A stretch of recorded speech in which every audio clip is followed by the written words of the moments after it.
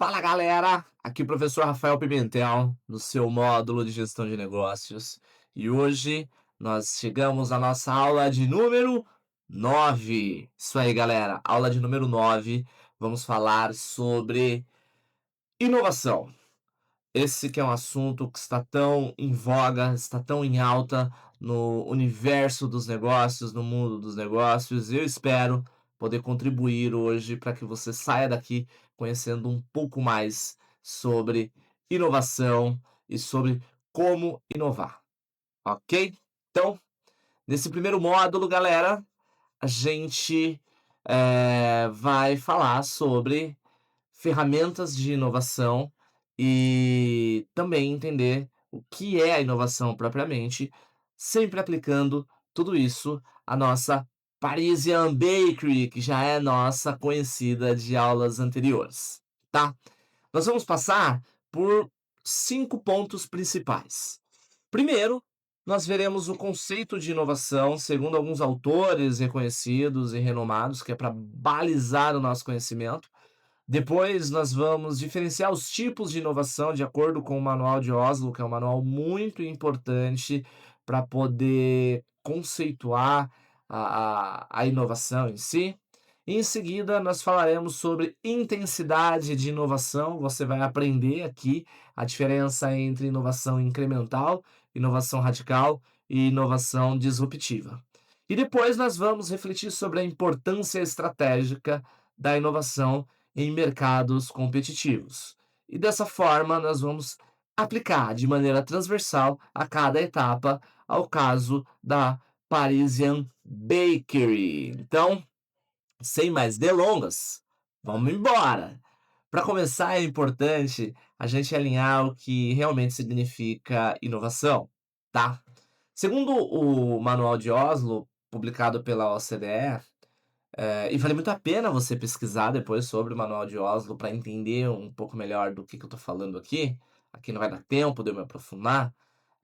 Inovação é a implementação de um produto, processo, método de marketing ou um método organizacional que seja novo ou significativamente melhorado, tá? Então, esse é um conceito bastante importante, mas Joseph Schumpeter já há muito tempo defendia, né? E é importante você saber que o Schumpeter é uma autoridade em economia, né, um dos economistas mais influentes do século XX. Ele já defendia que a inovação é um motor da chamada destruição criativa, ou seja, é a capacidade de substituir o que já existe por algo novo e mais eficiente, transformando os setores inteiros da economia, tá? Eh, Esses dois conceitos eles são fundamentais para a gente ter um ponto de partida. Então, de onde nós partimos? Partimos do entendimento de que a inovação ela tanto pode ser algo melhorado, ou como pode ser algo reinventado, ou algo criado do absoluto zero, tá? Esse é um pouco do ponto de partida para que a gente possa dar os próximos passos. E aí, é de grande relevância a gente falar também sobre os tipos de inovação. O Manual de Oslo, ele classifica a inovação em 4 tipos. Primeiro, a inovação de produto, que envolve a criação ou a melhoria significativa de bens e serviços, tá? Então, no caso da Parisian Bakery, é como se ela estivesse lançando um bolo com uma receita inédita, ou seja, estou inovando nos meus produtos. A Parisian tem vários bolos ali que ela já vende. Isso quer dizer, ela não está mudando o seu ramo de atuação, ela não está mudando o mercado de atuação, ela não está mudando o tipo de produto, ela só está trazendo um produto novo. Então, por isso que é considerada inovação de produto. O segundo é a inovação de processo, que aí não altera nem o produto, mas altera a forma como esse produto é feito ou a entrega como é feita desse produto. No caso da Parisian Bakery, seria como adotar uma nova tecnologia de forno que acelera a produção, ou seja, você compra um forno mais moderno que faz com que a sua produção seja num tempo menor, com um custo menor, e aí você estaria inovando no seu processo. O produto é o mesmo, o mercado é o mesmo, mas a forma como eu preparo muda, tá. E o terceiro é a inovação organizacional, que aí envolve mudanças na estrutura ou na forma de gerenciar essa empresa, né. Então, imaginem vocês que agora a Parisian Bakery, ao invés de ter uma estrutura vertical, onde você tem uma chefia e os seus subordinados, os seus funcionários, agora essa estrutura é achatada, como no Google. E aí, a cada nova encomenda, define-se quem vai ser a liderança daquela encomenda, quem vai cuidar daquela encomenda ou daquele tipo de produto, e passa-se a ter uma nova referência. Então, nós estaremos mudando a estrutura da empresa dentro desse processo para poder ter novos resultados, e aí seria uma inovação de processo. E por último, nós temos a inovação de marketing, que modifica a forma como o produto é promovido, como o produto é precificado, ou como o produto é posicionado no mercado. Então imaginem vocês que a Parisian Bakery, ela resolve agora passar por uma mudança e pegar o seu principal produto, que era um produto popular, ali, e reposicionar esse produto no mercado como um produto gourmet. Então imagina que a Parisian Bakery tinha como produto principal a venda de brigadeiros, para festa, e ela resolve que vai vender aquele brigadeiro de maneira gourmetizada, num tamanho maior, com, uma embalagem bonita, mas custando o triplo do preço que ela vendia antes ali, entregando mais valor agregado para o seu cliente. Então ela está mudando o posicionamento de mercado de um produto que era utilizado para festa, agora ele é consumido no dia a dia, ou seja, ele está atuando em um mercado diferente, tá. Falando de escalas de intensidade de inovação, nós temos aí 3 tipos, né. Então, 3 níveis, na verdade. Então, além do tipo, a gente precisa pensar também na intensidade da inovação. E olhando para esses 3 tipos, a inovação incremental é aquela que traz pequenas melhorias e contínuas para aquilo que já existe. É como se a Parisian Bakery ajustasse uma receita para deixá-la mais saborosa, ou para reduzir custo. O produto é o mesmo, mas você faz um pequeno ajuste, uma pequena melhoria, e de maneira contínua. Então eu estou sempre buscando novas, melhorias, novas pequenas melhorias para aquele produto. Eu sempre gosto de usar o exemplo da Netflix, né. A Netflix fez o aperfeiçoamento do algoritmo de recomendação. Ao longo dos anos, ela foi ajustando o sistema de sugestões com base no histórico do usuário, tornando-o, assim, mais preciso.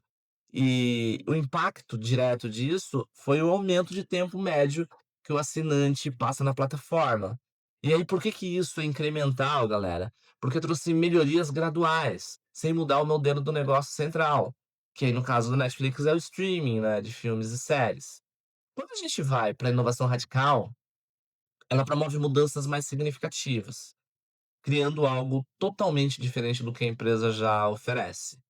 No caso da Parisian Bakery, poderia ser agora, ao invés de vender bolos, a Parisian Bakery resolveu criar uma linha de produtos específicos para fornecer para empresas, ou então uma linha de produtos que você não compra mais na confeitaria e você compra no supermercado e leva para sua casa para terminar de fazer na sua casa. Então imagina que você compra a massa do bolo pronto, o bolo assado, e você compra também a cobertura, e na sua casa você termina de montar. Ou então, o que a gente tem acompanhado muito, que é o brigadeiro não, desculpa, é o morango do amor, né. Todo mundo vendia a maçã do amor somente na festa junina, e agora a Parisian Bakery vai lá e lança o morango do amor. Então, é uma inovação, radical. E no caso da Netflix, a inovação radical deles foi a produção de séries e filmes próprios e em escala global, né. A partir de 2013, a Netflix entra para esse mercado, trazendo conteúdo próprio, e com o lançamento principalmente de House of Cards. Ela deixou apenas de ser uma distribuidora para se tornar também uma produtora de conteúdo, investindo aí bilhões de dólares para que isso pudesse acontecer. E essa inovação ela é radical, porque envolve uma mudança profunda de posicionamento, exigindo novas competências, nova estrutura, novos riscos financeiros para a empresa. E o impacto disso, você já sabe, né? A Netflix tornou-se concorrente direta dos estúdios de Hollywood e ela expandiu significativamente a sua presença global no mundo do entretenimento, né? E o último nível, né, é a inovação disruptiva, que é um conceito popularizado por Clayton Christensen. Vale a pena você pesquisar também depois e se aprofundar mais, tá? A inovação disruptiva é aquela que cria um novo mercado ou muda radicalmente o mercado que já existe. Geralmente oferecendo algo mais acessível, ou mais conveniente, ou que transforma o comportamento do consumidor. A Netflix fez isso quando promoveu a transição de DVDs pelo correio para o streaming online no processo de locação de filmes, né? Então, até 2007, era muito comum você encontrar locadoras de vídeo, aonde você ou ia até a locadora, selecionava um DVD, alugava por um período de tempo, depois você tinha que voltar lá e devolver, ou então você telefonava nessa locadora, falava qual era o DVD que você queria, eles postavam isso no correio, chegava para você, você assistia, depois na segunda-feira você postava de volta isso no correio para que voltasse para a locadora. A Netflix, ela substituiu esse modelo físico por uma plataforma digital de acesso instantâneo. Hoje parece algo muito simples, mas, isso rompeu com o mercado de locadoras tradicionais e mudou totalmente a forma de assistir conteúdo. O impacto disso acabou o mercado de locadora, acabou. Milhares de videolocadoras fecharam e o mercado foi redefinido. A forma como você consome filme, no mundo foi redefinida. E mais recentemente a gente começou a passar por um novo processo de redefinição, que é o fato de que as pessoas não assistem mais TV aberta, não assistem mais TV a cabo. As pessoas assistem somente streaming. E aí, os canais, eles passaram a criar também seus próprios streamings para poder brigar nesse mercado, vendo que estavam perdendo espaço nos seus mercados tradicionais, né. Haja vista as emissoras do Brasil, que todas elas têm aí o seu próprio streaming, seu próprio aplicativo, né.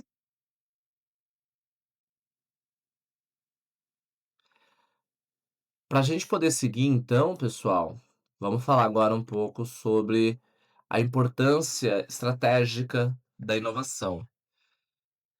Inovar não é apenas uma questão de moda ou de criatividade, é uma questão de sobrevivência empresarial. Empresas que inovam, elas conseguem se diferenciar da concorrência, criando barreiras de entrada para novos competidores, como a gente falou lá no estudo das 5 forças de Michael Porter, a inovação é um fator, muito importante nesse processo.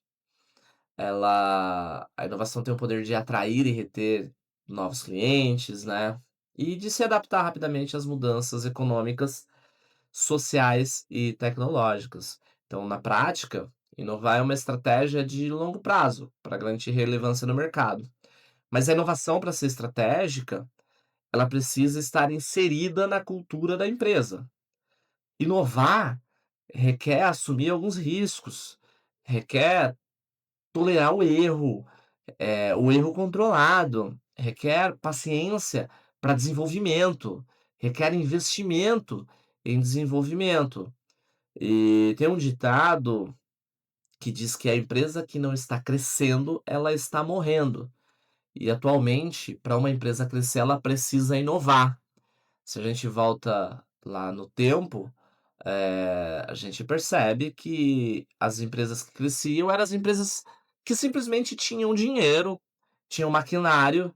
Depois a gente vive um momento da história onde as empresas que crescem são as empresas que têm acesso à informação. E a gente vive num momento hoje que as empresas que crescem são as empresas que têm coragem, que se dedicam para inovar, que agregam valor de inovação em seus produtos e que saem na frente dos seus concorrentes. Em um mercado que é cada vez mais competitivo, que é cada vez mais dinâmico, você não pode pensar que a inovação vai servir somente para você desenvolver um novo produto. A inovação é o que vai dar capacidade para sua empresa se desenvolver, capacidade para sua empresa poder crescer no mercado que ela atua ou no desenvolvimento de novos mercados. Falando um pouco sobre o caso da Parisian Bakery, a gente precisa compreender aqui algumas mudanças que aconteceram desde o último período, desde a última aula, né. Primeiro que houve uma queda nas vendas da Parisian Bakery nos últimos 6 meses, né. Você se lembra, né, a Parisian Bakery é uma confeitaria artesanal que conquistou seus clientes ali pela qualidade e pelo charme de seus produtos. Ela enfrenta agora esse desafio. Suas vendas caíram e os clientes mais fiéis passaram a comprar menos, passaram a gastar menos, a frequentar menos a Parisian Bakery. Enquanto isso, os concorrentes vêm adotando novos formatos de venda, como assinaturas mensais, entrega personalizada. Eles estão inovando no cardápio com produtos veganos, produtos sem glúten, algo que a Parisian Bakery até então não produzia. E aí, agora é o momento da gente pensar um pouco em qual tipo de inovação será mais adequado para a Parisian Bakery, para que a confeitaria recupere o seu espaço e volte a crescer, tá? Eu estou colocando para vocês uma enquete no grupo para que você possa opinar. Eu quero ouvir a sua opinião, quero que você me diga, qual é a o tipo de inovação que a Parisian Bakery deve adotar, ok? Então, pausa o vídeo, corre lá no grupo e responda a enquete. E depois volta aqui para gente poder continuar. Combinado? É isso, turma. Vamos agora para o nosso segundo bloco, tá? Nesse bloco, a gente vai explorar um pouco aí da análise das ferramentas, né, de análise de problema, tá. Vamos entender os nossos próximos passos. Agora que a gente já passou pelos conceitos e tipos de inovação, vamos identificar o que exatamente qual é exatamente o problema que a gente quer resolver. Então, a gente vai aprender agora a diferenciar sintoma de causa, explorando algumas ferramentas para investigar problemas e aplicar tudo isso ao caso da Parisian Bakery, que a gente tanto gosta, né, galera? Então, a gente vai primeiro entender a diferença entre sintoma e causa raiz. Depois, a gente vai ver algumas ferramentas para análise desses problemas. E aí nós vamos aprofundar no diagrama de Chikawa e na técnica dos 5 porquês. E por fim, a gente vai aplicar essa ferramenta, uma dessas ferramentas, diretamente no desafio da Parisian Bakery. Aqui, eu trouxe para vocês esse gráfico para a gente poder entender que quando um problema aparece, o que a gente vê primeiro é o sintoma do problema, como numa árvore, né, que eu coloquei aqui para vocês. A gente vê os galhos, a copa, as folhas, os frutos, mas a gente não vê a raiz. E no caso da Parisian Bakery, a queda nas vendas é o sintoma. Então, a gente precisa entender que esse sintoma é apenas o efeito visível. A causa raiz é aquilo que realmente está provocando a queda. Se a gente tratar só o sintoma, é equivalente a você tomar um remédio para dor de cabeça sem entender a infecção ou a inflamação que eventualmente está causando a sua dor de cabeça. Você vai tomar remédio para dor de cabeça, a sua dor de cabeça vai passar de maneira momentânea, mas depois ela vai voltar com uma força muito maior.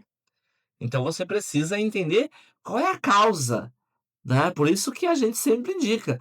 nunca se automedique, procure um médico. Porque nós que não somos médicos, a gente tende a tratar sintoma, porque a gente não entende qual é a causa, a gente não sabe qual é a causa.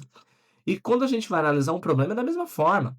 E essa dica ela serve não só para o mundo dos negócios, serve para sua vida.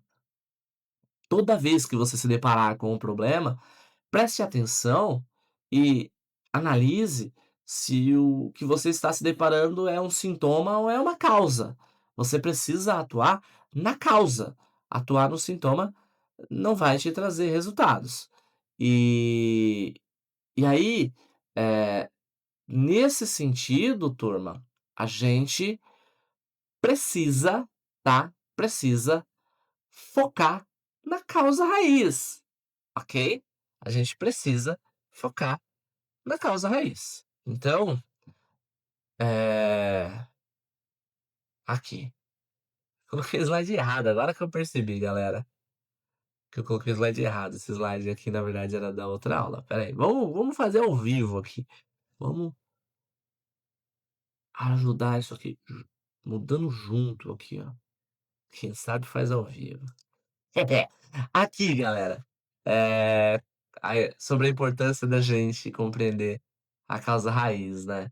Existem diversas formas, diversas ferramentas que ajudam a chegar na causa raiz. A gente vai trabalhar com algumas bem conhecidas e muito utilizadas pela empresa, tá. Eh, Primeira coisa que a gente precisa compreender é que você entrando na raiz, buscando a raiz do problema, você primeiro vai evitar soluções superficiais. Depois, você vai aumentar a efetividade das suas ações. Quando fala de aumentar a efetividade, significa que tratando a causa, você não desperdiça tempo, não desperdiça energia e não desperdiça dinheiro. E você vai reduzir o retrabalho e os custos futuros que você poderia ter. E aí, eu quero mostrar para vocês 3 ferramentas, tá? 3 ferramentas. O brainstorming é a primeira delas, e ele serve para levantar ideias e hipóteses sobre o que pode estar causando o problema, tá? O brainstorming é uma ferramenta super simples, que você vai sentar com o seu time, livre de julgamento. Nós já fizemos isso nas nossas aulas, né? Livre de julgamento, e vai fazer ali uma tempestade de ideias sobre as hipóteses que podem estar causando o problema. Então, é hora de todo mundo dar o seu pitaco da sua opinião ali, de maneira aonde nós vamos valorizar a quantidade e não vamos fazer julgamento. A gente não exerce julgamento na hora do brainstorming. Porque aí depois a gente vai limpar isso, vai ver o que de fato faz sentido ou não, e vamos precisar de uma outra ferramenta para poder aprimorar. E aí, falando da outra ferramenta, é onde entra o diagrama de Chikawa, que organiza essas causas de forma visual. E a técnica do 5 porquê, que nos ajuda a chegar na essência do problema. Ela dá profundidade para esse problema, tá? Eu não sei por que que esse slide tá aparecendo aqui, eu já apaguei ele e apareceu de novo. Eu vou apagar ele de novo. Sai daí, cara. Agora vamos voltar pro slide certo. Isso aí. Vamos falar aqui um pouco sobre o gráfico de Ishikawa, galera. Conhecido também como espinha de peixe, tá? Essa estrutura, ela serve para mapear as causas potenciais aí, do nosso problema, tá? A Parisian Bakery, que é a nossa confeitaria aqui fictícia, ela enfrentou um problema sério. As vendas de bolos artesanais caíram 20% nos últimos 3 meses.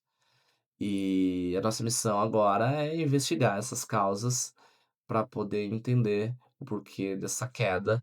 E essa ferramenta do diagrama de Chikawa pode nos ajudar muito, tá? Então, esse diagrama ele também é chamado de espinha de peixe por conta do seu formato, e ele é muito usado para identificar e organizar as possíveis causas de um problema. Ele agrupa essas causas em algumas categorias e que vão ajudar a gente a analisar o cenário de forma visual e de forma lógica, tá? Então, como é que a gente preenche? Na ponta do diagrama, a gente coloca sempre o problema principal que a gente está explorando. No nosso caso, a queda de 20% nas vendas dos bolos artesanais. E aí, em cada uma dessas setas, elas precisam sempre estar apontando para o problema, como a gente está vendo, né? E cada espinha, ela representa uma categoria que pode estar contribuindo para o problema. Então, a primeira categoria é o método. Aqui a gente olha como que nós fazemos as coisas. Aqui a gente vai analisar os processos, né? Então, a gente percebe que a padronização das receitas, ela não é seguida à risca. E isso afeta a qualidade. O atendimento em horário de pico é lento e a gente não tem promoções que incentivem novas compras. Isso afasta os clientes. Se você tiver um atendimento deficitário, lento, vai afastar o cliente. E se você não tiver ações promocionais, reforçando mais uma vez que promoção não é preço baixo, mas se você não tiver ações promocionais que incentivem o seu cliente a fazer uma nova compra, seu cliente não volta. Ele não tem por que voltar, tá? Um outro, eh, um outro ponto forte aqui são as máquinas, né? A gente sempre avalia no Ishikawa também essa estrutura de maquinário. Então, no caso da Parisian Bakery, os fornos já estão antigos e eles causam uma variação de temperatura que afeta o ponto do bolo. E aí, quem sabe, quem entende de bolo, sabe que se você afetar o ponto do bolo, o sabor vai mudar, o bolo pode solar, né? Algumas batedeiras precisam de manutenção. Não existe um sistema de pedido online integrado. E isso acaba limitando as vendas. Então percebam que aqui, quando a gente fala de maquinário também, é importante a gente levar em consideração o maquinário que a gente usa para a produção e o maquinário que a gente usa para atendimento, tá? A outra estrutura da nossa espinha de peixe, a gente coloca a mão de obra. É sempre importante você analisar a sua mão de obra para compreender se o problema também não está ali. Aqui, a gente descobriu que a equipe tem pouco treinamento, o que compromete o atendimento e a produção. E além disso, a rotatividade é alta e, e não existe barista ali especializado, o que pode fazer com que a Parisian Bakery perca clientes que procuram por cafés de qualidade. Afinal de contas, é uma confeitaria, as pessoas vão lá para comer bolo e tomar café. Então, você precisa ter um barista, né? Depois, a gente vai para a estrutura de materiais. E aí a gente descobriu que os insumos eles variam de qualidade, especialmente especialmente a farinha, né? Há atraso de entrega das frutas secas, o estoque é mal controlado, a gente tem desperdício, então tudo isso também vai minando a empresa, tá? E o meio ambiente? O meio ambiente externo, ele também pesa. No caso da Paris, a gente tem obras na rua que dificultam o acesso e surgiu uma nova confeitaria perto com uma apresentação mais bonita do que a Parisian, sem falar que nós estamos ali, né, no caso do nosso exemplo só, tá, gente, no verão, então tem um período muito quente e no calor as pessoas consomem menos bolo, tá. E aí nós temos no final, uma questão importante de medição, tá, galera. Se a gente não medir o que acontece, a gente não consegue melhorar. E a Parisian Bakery não tem indicadores, não acompanha a satisfação do cliente, não tem um NPS, né? Não tem uma base de KPI, ela não analisa as vendas por produto, não monitora os preços da concorrência, enfim. Tudo isso dificulta o desenvolvimento e o crescimento da Parisian Bakery, tá? Então, percebam como que o diagrama de Chikawa, ele é capaz de organizar todos os possíveis fatores que podem estar causando problema. E isso nos ajuda a priorizar as ações, né? Então fica mais fácil da gente pensar o que que a gente vai atacar primeiro para reverter a queda nas vendas, né? A análise estruturada é o primeiro passo para a solução. Mas a gente não decide aqui, aqui a gente só estrutura. Lá na frente eu vou mostrar para vocês uma ferramenta que vai te ajudar a decidir por onde que começa, né. O diagrama de Ishikawa, ele não te dá uma solução pronta, tá, mas ele abre os olhos para todos os fatores que precisam ser avaliados. E aí, com essa visão clara, nós conseguimos montar um plano de ação mais efetivo, ok? Vamos agora para a técnica dos 5 porquês, né, o Five Whys, né. A técnica dos 5 porquês ela é mais direta. Para cada problema identificado, a gente pergunta, por quê, repetidas vezes, geralmente 5 vezes, tá. Então, aqui, a gente teve a queda das vendas. E aí, analisando, a gente descobriu que os clientes reclamam que o bolo de chocolate está seco. Então, olha só, nós começamos a identificar uma causa, tá? Agora vamos aprofundar para entender a causa da causa. Então, a gente começa aí a perguntar pro problema. Então, o bolo tá seco? Por que que o bolo tá seco? Ah, porque ele tem ficado tempo demais no forno. Lembra que o forno tá oscilando a temperatura? Ah, tá. E por que que ele tá ficando tempo demais no forno? Porque o forno tá aquecendo mais do que deveria. Ok. E por que que o forno tá aquecendo mais do que deveria? Porque o termostato dele não está calibrado. Ah, muito bem. E por que que o termostato não está calibrado? Porque não existe um plano regular de manutenção dos equipamentos. Tá certo. E por que que não existe um plano de manutenção dos equipamentos? Porque a gerência nunca implantou um calendário de manutenção preventiva. Olha só, o que que a gente descobriu aqui então, né? Por que que as vendas caíram, galera? Porque os clientes deixaram de comprar. E por que que os clientes deixaram de comprar? Porque o produto está ruim, o produto não está bom. E aí você vai descobrindo por que que o produto não está bom, até você entender que o seu primeiro passo vai ser montar um calendário de manutenção. Depois, você vai definir, quando que essa primeira manutenção vai ser feita. E vai fazer manutenção do quê? Vai fazer manutenção do termostato. Com a manutenção do termostato, o forno deve voltar para a temperatura ideal. Estando na temperatura ideal e não estando mais oscilando a temperatura, esse forno vai ter o tempo adequado para assar o bolo. O bolo sendo assado no tempo correto, o que que vai acontecer com a receita? Ela vai sair como se espera. Saindo como se espera, as pessoas tendem a voltar a comprar. Você vai ter que fazer uma ação para promover isso, mas as pessoas voltarão a comprar. Você vai resolver o seu problema. Então perceberam que na prática isso funciona? Essa técnica dos 5 porquês faz com que a gente consiga explorar as camadas mais profundas do nosso problema. Eu espero que você tenha entendido para que a gente possa então ir agora para o nosso terceiro bloco. É isso aí, galera. Terceiro bloco está na sua tela. E agora vamos falar de geração e seleção de ideias inovadoras, tá? Agora que a gente já sabe qual é a causa raiz do problema da Parisian Bakery, é hora de pensar nas soluções. Então, vamos explorar como que a gente pode gerar ideias inovadoras e, principalmente, como que a gente seleciona a que faz mais sentido para o caso. Vamos começar entendendo a importância da ideação, tá? Eh, no processo de inovação. Depois a gente vai ver algumas técnicas práticas para gerar ideias.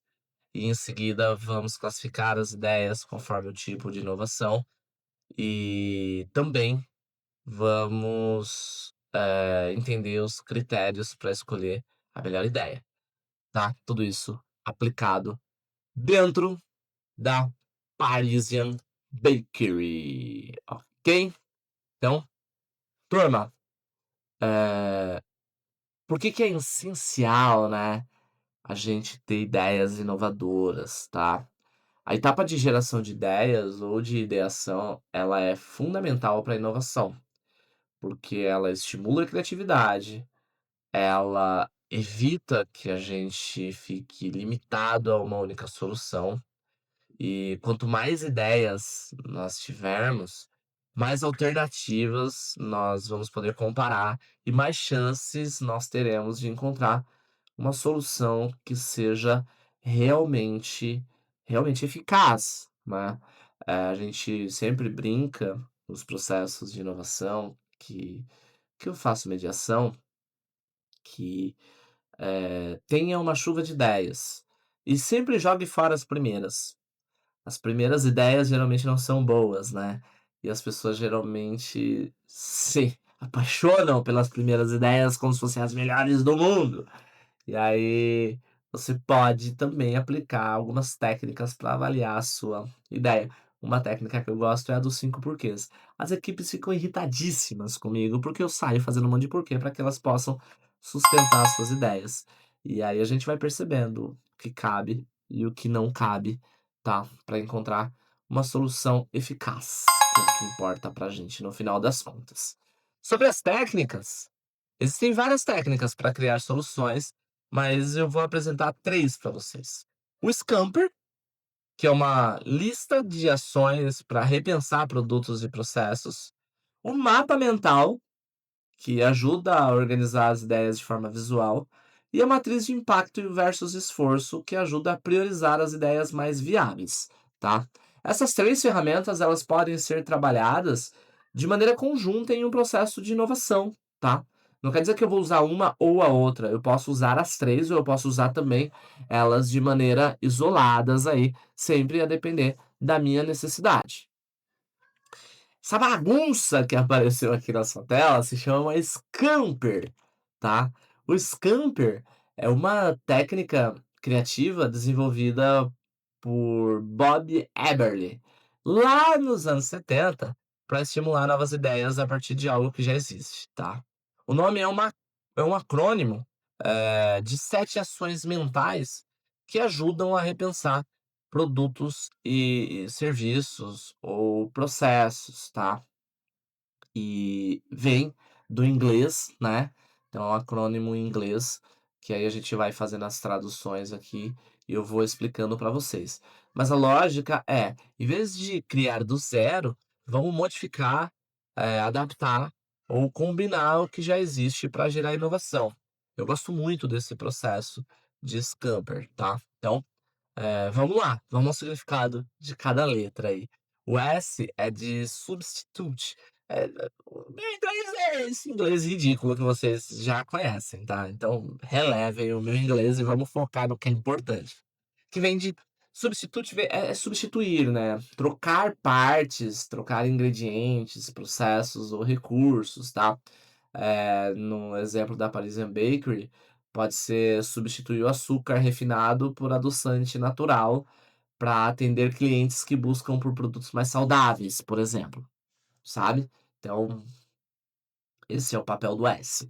O C é de combine ou de combinar, que trata de unir 2 ou mais elementos para criar algo novo. O exemplo ali poderia combinar bolo e café em um combo da tarde com um preço especial. Então, para atrair mais clientes e para aumentar o ticket médio do cliente, você pode combinar aí os seus elementos. O A é de adapt ou de adaptar. É usar algo existente em um novo contexto ou ajustar para outra necessidade. No caso da Parisian, seria adaptar receitas francesas clássicas para formatos mini e vender como sobremesas individuais. Olha que delícia que seria você poder comer um docinho no meio da tarde, depois do almoço ali, quando sua bateria já está quase acabando, mas você ainda tem mais algumas horas de trabalho pela frente, né? O M é de modify ou modificar, mas também pode ser de magnify, que significa ampliar, tá? Que trata de alterar tamanho, cor, sabor, ou ampliar um aspecto para gerar destaque, ou pode ser como criar uma versão mega do croissant, servindo como refeição completa, enfim, aí a criatividade de vocês aqui vai dar conta, tá? O P é de put to other use, que significa colocar em outro uso, que é usar um produto ou um processo para uma função diferente. Por exemplo, usar a massa de brioche como base para sanduíche gourmet. Então, o pão de brioche ali, ele não tem essa característica, mas a gente passa a dar essa característica para poder criar um novo uso e ser pioneiro, inovador ali em um novo lanche, tá. O E é de eliminate, ou de eliminar, que trata de remover partes, etapas ou funcionalidades que não agregam valor. Por exemplo, eliminar embalagens plásticas da nossa confeitaria, adotando somente embalagens de papel reciclado. Eu tô tirando algo que não agrega valor e tô colocando algo que agrega valor, né, tem toda uma pegada ambiental aí por trás disso. O R é de reverse ou de rearrange, que significa reverter ou reorganizar. Inverter a ordem, inverter a disposição, ou inverter o formato, né. Por exemplo, servir o café primeiro e depois oferecer degustação de doce, invertendo a experiência tradicional como já ocorre. Acho meio loucura, mas foi o que me passou pela cabeça aqui agora, tá. E aí a gente fecha esses 7 elementos do Scamper. Mas por que que é útil isso no ensino da inovação, galera? Porque ele estimula o pensamento fora da caixa, mesmo com recurso limitado, tá? Ele ajuda a gerar inovação incremental. E também pode inspirar para inovação radical, a verdade seja dita. Ele é fácil de aplicar, em grupos, porque, poxa, cada pessoa pode focar numa letra, cada membro da equipe ali, depois você vai trocando para trazer outras percepções e tudo isso vai ajudar na sua evolução aí da inovação. Agora a gente chega no mapa mental. Eu acredito que vocês já conheçam o mapa mental, tá? Mas, enfim, para quem não conhece, o mapa mental é uma ferramenta que coloca uma ideia central no meio e conecta as ramificações com ideias secundárias. Isso permite visualizar rapidamente conexões e possibilidades, facilitando a criação de soluções criativas, tá? Aqui eu trouxe para vocês o mapa mental da Parisian Bakery, e ele resume as principais informações do negócio e nos ajuda a visualizar rapidamente como que todos os elementos se conectam. Então, eu trouxe alguns elementos, e aí a gente começa, pelo que a Parisian Bakery oferece, né. Então, a Parisian Bakery tem lá no seu portfólio os bolos artesanais, os pães especiais, cafés e sobremesas rápidas. Ela também trabalha com encomendas para eventos, e essa variedade ajuda a atender diferentes momentos de consumo, desde o café da manhã até as comemorações. Então, tá resumidinho aí. Depois a gente tem o público-alvo, né. O público é composto por pessoas de classe média urbana que valorizam qualidade e experiência. Ele inclui clientes de cafés, famílias e até empresas que contratam coffee breaks ali, ou para fazer happy hours, para reuniões, tá. Enfim, esse é um pouco do público-alvo. E na sequência a gente tem os canais de venda. A venda da Parisian Bakery acontece na loja física, no delivery e também, por aplicativo, além da presença nas redes sociais e nas parcerias em eventos gastronômicos, tá. Vocês estão percebendo que o mapa mental que eu trouxe para vocês, ele retrata um pouco daquilo que eu apresentei lá no Business Model Canvas, né, ele só está disposto de maneira diferente, e tem alguns elementos aqui também que distinguem, tá. Mas seguindo, a gente chega nos diferenciais. Então, o que que diferencia a Parisian Bakery, né? Primeiro, receitas francesas com toque brasileiro. Cara, isso só a Parisian Bakery tem.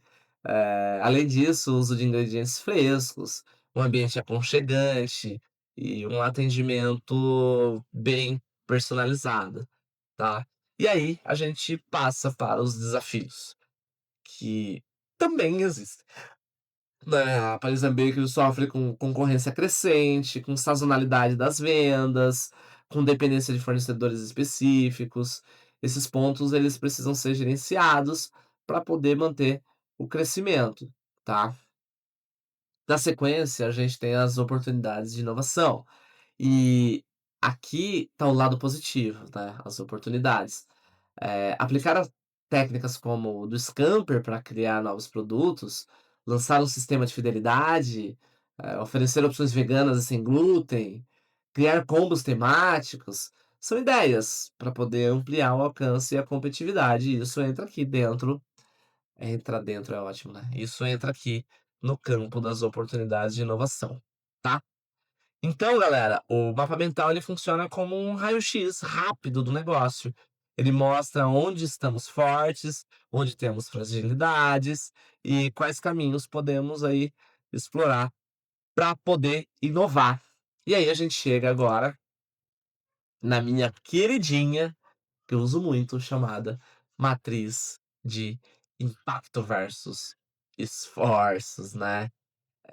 Aqui nós temos uma matriz de esforço versus impacto, que é uma ferramenta que nos ajuda a priorizar as ações com base em 2 critérios.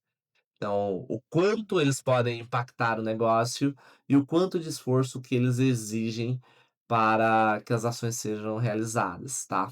A gente divide, 4 quadrantes e vai classificando as nossas ações de acordo com esses quadrantes. O primeiro quadrante, que a gente chama de vitória rápida, ele traz um alto impacto e um baixo esforço, né? É onde estão essas vitórias que a gente consegue de maneira muito ágil.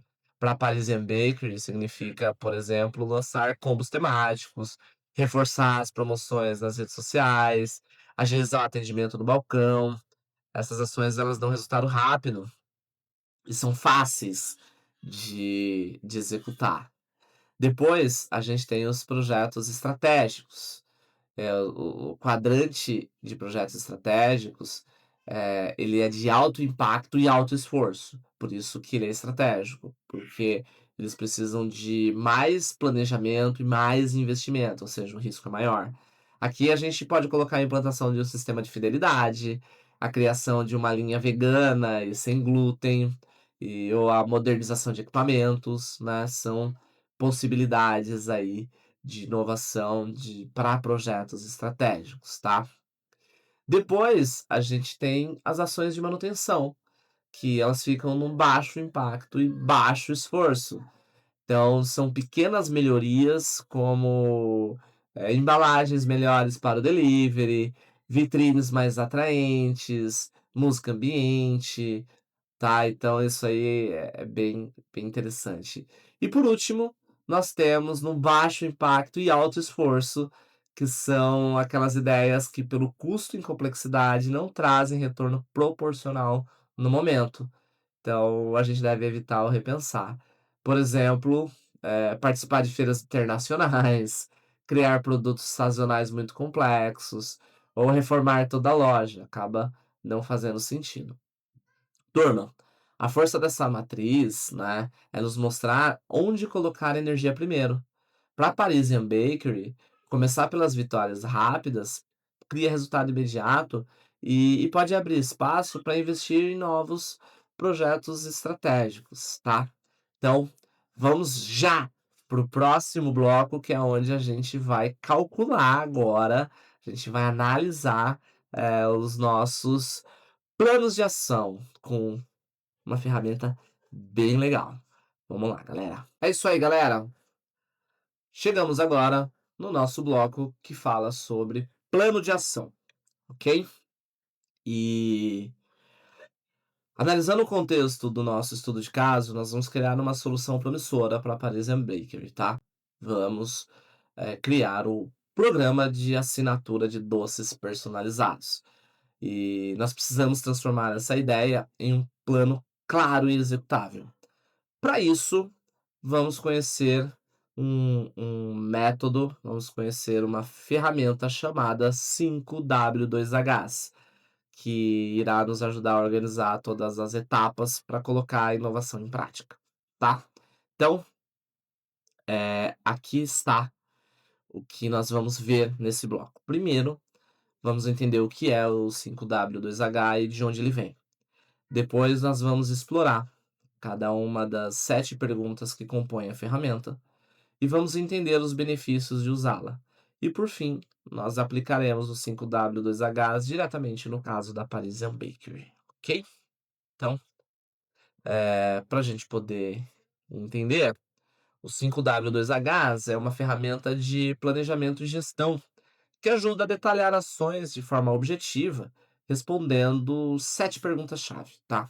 Ele é simples, mas ao mesmo tempo extremamente eficaz, porque ele garante que todos os envolvidos saibam exatamente o que precisa ser feito, quando precisa ser feito, como precisa ser feito e por quem precisa ser feito e a que custo. O 5W2H ele surgiu no ambiente industrial japonês e foi popularizado por empresas como a Toyota no contexto da gestão da qualidade. O objetivo inicial era padronizar a execução das atividades para reduzir erro, mas hoje ele é usado praticamente em todos os setores para planejar e também para acompanhar as ações, tá? Então essa é a carinha que ele tem. Vocês viram aqui no slide anterior as 7 perguntas, né? Que tem o quem, o como, quanto custa, o que, o porquê, o onde e o quando, tá? Mas de maneira um pouco melhor organizada, ele se apresenta dessa forma aqui. E aí ele traz eh, as primeiras 5 perguntas que são conhecidas como 5W, todas iniciadas com W em inglês, né? Então, a primeira é what, que é de o que será feito, né? O que será feito. A segunda é de why, por que essa ação é necessária. A terceira é de where, onde ela será realizada. A quarta é de when, quando será feita. E a quinta é o who, quem será o responsável. Essas perguntas, elas já dão um direcionamento claro para qualquer projeto, tá? Você pode colocar isso no seu dia a dia. E aí nós temos os dois Hs, que vem de how, que é como será feito, e aqui entra o passo a passo, ou método de execução, e o how much, que é quanto vai custar, ou seja, o orçamento necessário para viabilizar a ação. Responder todas essas perguntas nos dá um plano completo e bem objetivo, ok? E aí, é importante a gente entender também sobre os benefícios, né? Entre os principais benefícios do 5W2H, a gente tem a clareza no planejamento, porque ele evita dúvidas e mal-entendidos, a facilidade de comunicação, porque dessa forma todos têm acesso às mesmas informações, e a redução de riscos e falhas, já que cada aspecto da ação foi pensado e foi documentado, ok? Então, sem mais delongas, aqui está os 5W2Hs da Parisian Bakery para que a gente possa implementar no nosso programa, tá? Vamos aplicar isso aqui. Então, no What, a gente coloca lá o que a gente vai fazer. Lançar um programa de assinatura de doces personalizados. No Why, a gente coloca por quê, né? O que a gente quer com isso? A gente quer fidelizar clientes e gerar receita recorrente. No where, eu não sei falar. Inicialmente, a gente vai fazer na loja física e por delivery da cidade, tá? No when é sobre o prazo, e aí a gente vai lançar daqui a 60 dias. No who, a equipe de marketing e produção da Parisian Bakery, né? Que o é de quem, né? No how, que é do como, a gente primeiro vai criar o cardápio fixo e rotativo, a gente vai definir as embalagens, a gente vai criar um sistema de pagamento, um sistema de logística para fazer essas entregas. E no how much, a gente está falando de din-din, grana, dinheiro, money, né? A gente define o investimento inicial aí em R$ 8.000. Com esse plano, nós conseguimos visualizar cada etapa e alinhar os envolvidos no projeto. A gente consegue fazer esse alinhamento aí dos envolvidos. Legal, não é? Muito bom aqui, tá? Turma, eu espero que você tenha compreendido, né, esses elementos que eu trouxe para vocês sobre inovação, reforçando que essa é só a pontinha do iceberg, tem muito mais coisas sobre inovação, sobre análise de problemas, mas a nossa aula, ela tem tempo. A nossa aula, em uma aula só, é impossível trazer toda essa abordagem. Então eu espero que você tenha gostado do que você aprendeu aqui, espero que você possa colocar isso no seu dia a dia e nos vemos na próxima aula. Fiquem com Deus, tenham uma excelente semana e até sábado que vem. Tchau, turma! Valeu! Tchau, tchau!